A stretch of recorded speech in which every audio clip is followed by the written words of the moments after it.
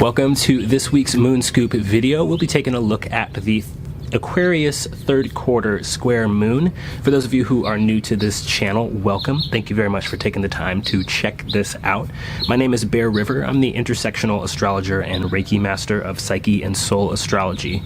My personal mission is to help you remain grounded and empowered while you accelerate your growth. And to do that, each week I create at least one video, sometimes two, a Moon Scoop video or an armchair astrology video, where I explore the upcoming astrological transits, and I give you a tangible takeaway at the end of each video, a question of the day or week, a challenge of the day or week, to help you tangibly and practically engage with the astrological energies present so that you can use that information to your best advantage for your own personal growth and personal mission.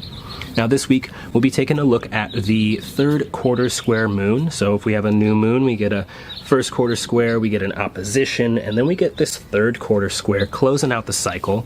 And this particular cycle that we're closing out started back on April 5th with the Aries new moon. Now, I want to do things a little bit differently with this video. I'm not going to throw up the chart. I'm going to just focus on what's going on astrologically speaking. I will still, tell you what's going on with the rising sign and a few other planets and configurations that are kind of pulled into this mix. And then at the very end of the video, I'll throw up that chart for those of you who really want to look and figure out for yourselves, where are these transits activating your own personal chart. So the first thing that we always take a look at is the rising sign, which is Virgo in this case.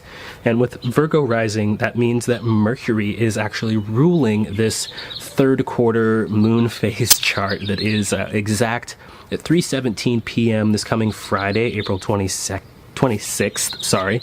And that's for Pacific Daylight Time. So if you're in another time zone, another hemisphere of the world, give or take several hours potentially, but more or less for all of us going into this coming weekend, closing out the month of April, we'll be closing out the Aries moon cycle that began back at the beginning of the month. Now, with Mercury ruling this chart, we know that communication and thought processes will really be highlighted, and it's going to have a lot to do with how we work through and work with these energies. Now, with Mercury in the sign of Aries, I'm sure a lot of you have already noticed this, that communication is happening really quickly. It can be very spontaneous, it might be very passionate, or it might be very combative, and potentially even a mix of those two things. That has to do with the fact that Mars is ruling Mercury. See in astrology how things can get complicated really quickly, but I will try to keep it as simple as possible for you. Mercury ruling this chart really means that we're going to be working with these energies through communication, through our thought processes, and even through the way that we are strategizing, whether that's for the long-term or the near-term future. So if you think back to April 5th, with the new moon phase, what intentions were you sowing? What was it that you sought to manifest? And how have you been working through those projects or those goals over the course of this month?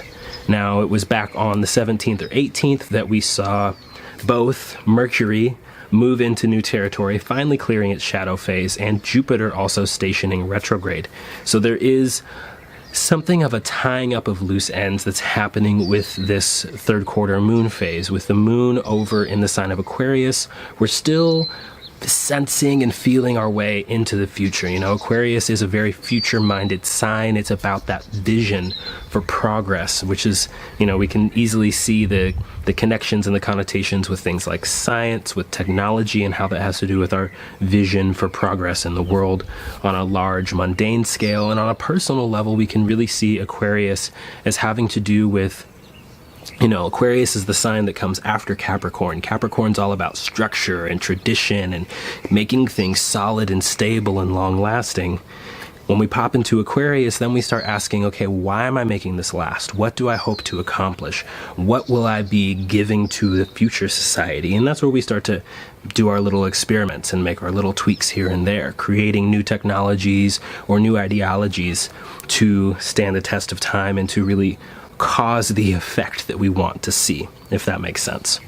So we've got this Aquarius moon phase, and the moon in Aquarius is squaring off with the sun in Taurus. Now, the sun in Taurus is all about shining a light on the process of fertility, of growth. You see the middle of spring, the sun is starting to get really strong, at least up here in the northern hemisphere, and the flowers are starting to bloom. Trees are starting to go from not just having those little tender shoots, but to having leaves, especially the ones that got naked in the wintertime.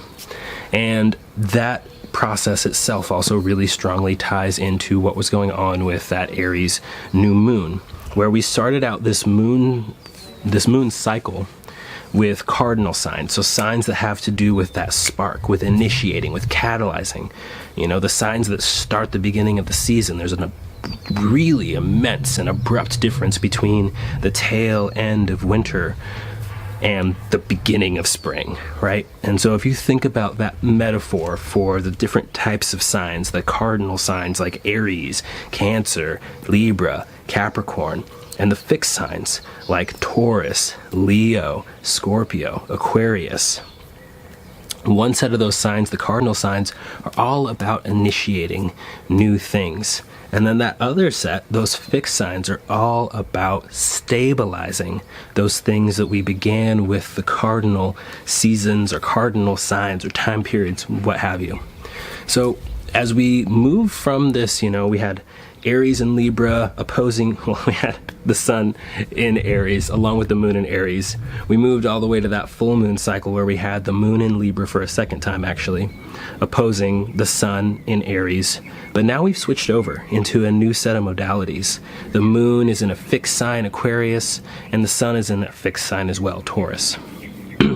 And so this time period, I think, is really a lot about stabilizing the changes that we initiated as a result of the Mercury retrograde cycle and time period, and now moving into a period where Mercury's in a new sign. We've got that information in already. We probably all decided beginning of April to start something new or to approach things that we're still committed to, but in a slightly different way. And so that's kind of the general setup. There are a few other things at play, kind of following up with last week's video for that Libra full moon. And so if you were asking yourself last week, who do I want or need to work with in order to reach my goal? Now I really see that question as kind of evolving into, are we a united front or are we separating? And that has a lot to do with that Mercury and Aries ruling the chart. Our quick thinking could cause us to realize we really need to, should I stay or should I go? The answer is go, and split quickly and decisively. There's a separating quality that comes with Mars in particular, and Mars is ruling Mercury. Meanwhile, Mercury is passing notes over to Mars about what needs to happen. And so we're all strategizing aggressively, proactively, quickly about what needs to happen. And so you may find that you've got a little exit strategy brewing even while you are working to solidify gains, new beginnings.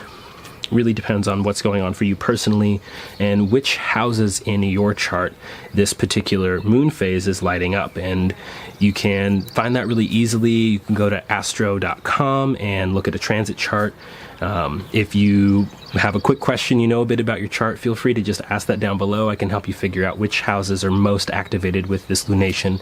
And of course, if you are interested in a personal guided tour of your birth chart, I offer private services. You can find the information down below in the description box to book a private session, and we can take a look in depth at what's going on for you this month and this year with a year ahead reading or the natal chart reading. We can really focus in on which houses hold the most potential for you and how you can utilize knowledge of the transits to really maximize the benefit of that information in your day-to-day life. But we can look at a few other things with this chart to really illuminate some of the subtler tones or undertones, undercurrents of what's going on with this weekend's closing of the moon cycle. So because the moon in Aquarius is ruled by Saturn, there is definitely both a drive to solidify things that comes. Saturn is like some people will say the taskmaster, and I think that's true, but Saturn is also the planet that, it takes you through an apprenticeship, and its goal is not to make you feel like a novice. The goal of Saturn, if we want to personify it that way, is to get you to that mastery level, to get you to be a journeyman of your own personal skill sets, your own personal goals and endeavors. Meanwhile, the Sun in Taurus is ruled by Venus, and so we've got this undercurrent of stabilizing things, of becoming masterful with things, of creating structure and foundation, of doing our due diligence. And the other side of that undercurrent is Venus in Aries, this planet that is all about things of value, whether those are our principles, whether that's actual money, whether that's our self-worth, the things that have the most pronounced value in terms of our ability to really thrive.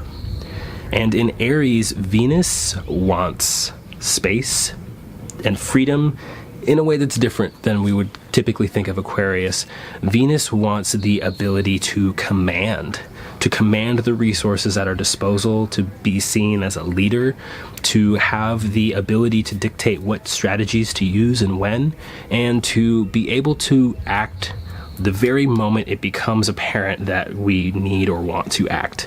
Venus can also be potentially a little tone of passive aggression. And I say that because Venus is about pleasantries, right? Venus is the finer things in life.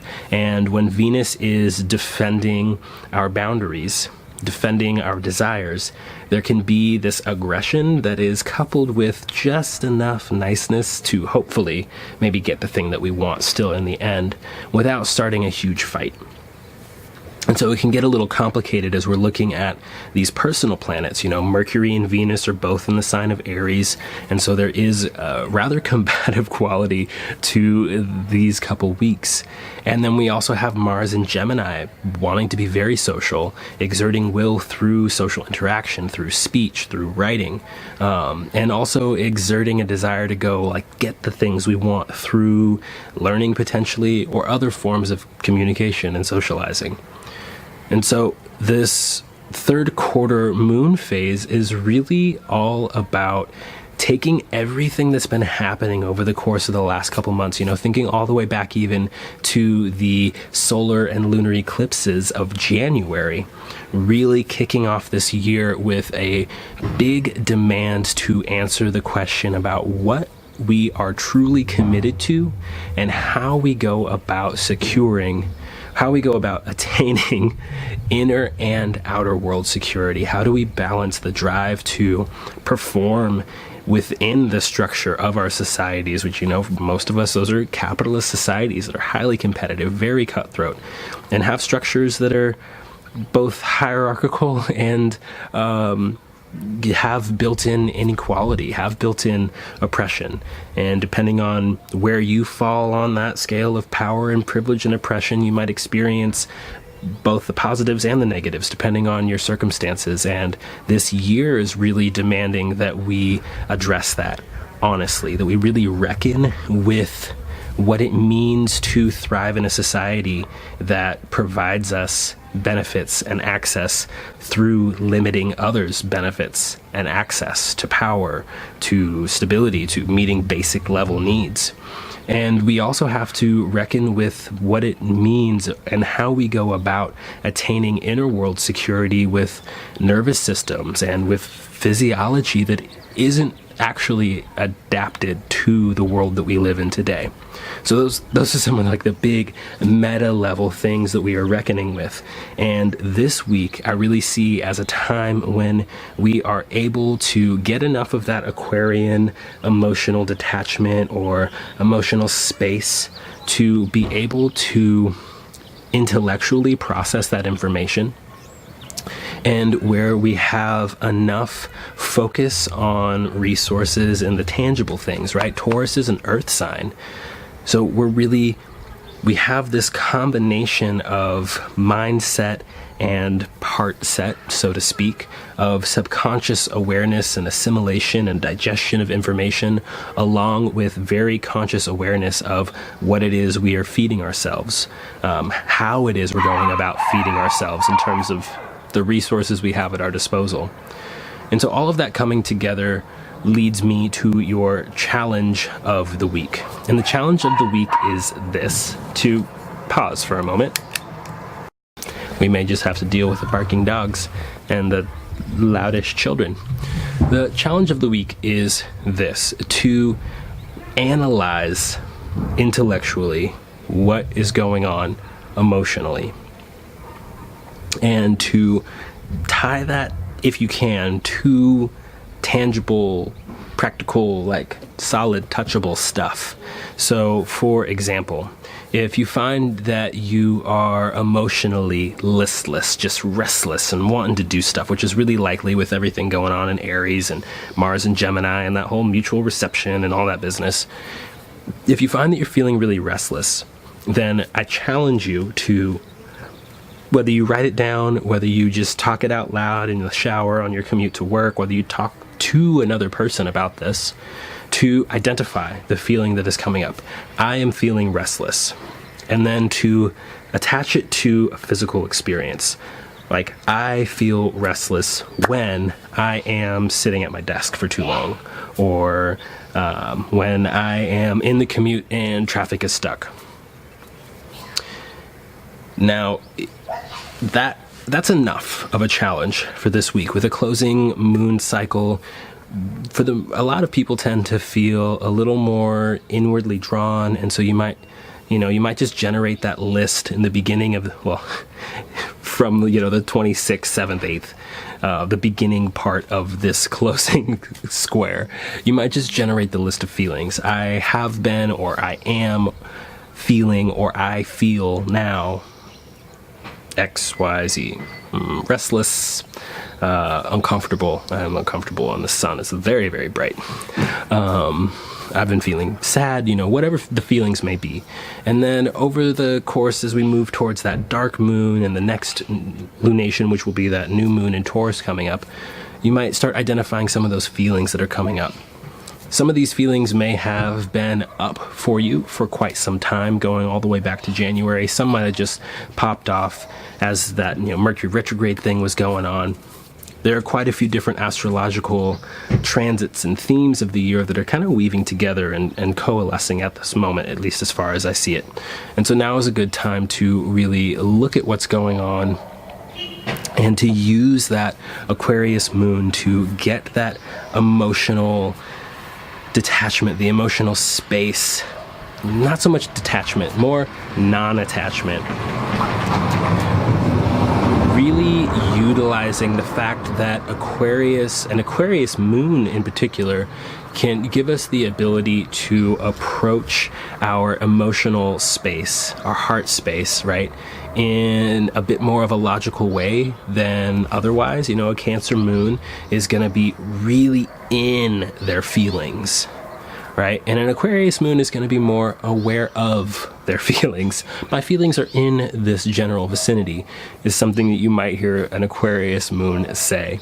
And so if we kind of take that to this moment and extrapolate it from the natal birth chart level into the mundane level, then we're really seeing that we've got an opportunity, and a really significant opportunity to use that non-attachment, that slightly more analytical way of approaching our feelings to really see how our emotional process drives our actions and how that in and of itself creates the conditions that we are in.